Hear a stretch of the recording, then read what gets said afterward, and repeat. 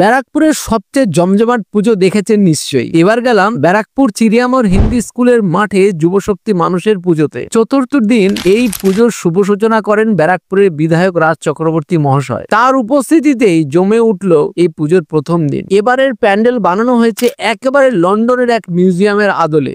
বিশাল আকারের এই প্যান্ডেলে আছে অসাধারণ কারুকার্য। ভেতরে দেখা যাবে ডাইনোসর, জিরাফের মতো পশু পাখির পোর্ট্রেট। দর্শকরা যেন একেবারে মিউজিয়ামে ঢুকে পড়েছে। মায়ের প্রতিমাও বিরাট আকারের, একেবারে মায়াময়ী। দর্শকরা দীর্ঘ সময় ধরে তাকিয়ে থেকেছেন। প্রতিমার চোখে যেন জীবন্ত আবেগ লুকিয়ে আছে। চোখ ধাঁধানো লাইটিং পুরো পরিবেশকে করেছে জাদুকরী। প্যান্ডেলের ভিতরে ঝুলছে বিরাট এক ঝাড়বাতি, যেটা সবার চোখ টেনে নিচ্ছে। রাতের বেলায় আলোর খেলা দেখলে মনে হবে স্বর্গরাজ্যে চলে এসেছি। এখানে আবার আমাকে সম্মানিত করা হলো। প্রতি বছরের মতো এবারও বিশাল মেলা বসেছে। মাম্মা ড্রাগন রাইড করলো, ঝকঝকে খাবারের স্টল আর অসংখ্য দর্শকের ভিড়, সব মিলিয়ে একেবারে উৎসবের আবহ। খাবারের গন্ধ আর মেলার ভিড় জমেছিল। প্যান্ডেল, প্রতিমা, আলো আর মেলার আনন্দ সব মিলিয়ে একেবারে এই পুজো সত্যি ভোলার মতো নয়।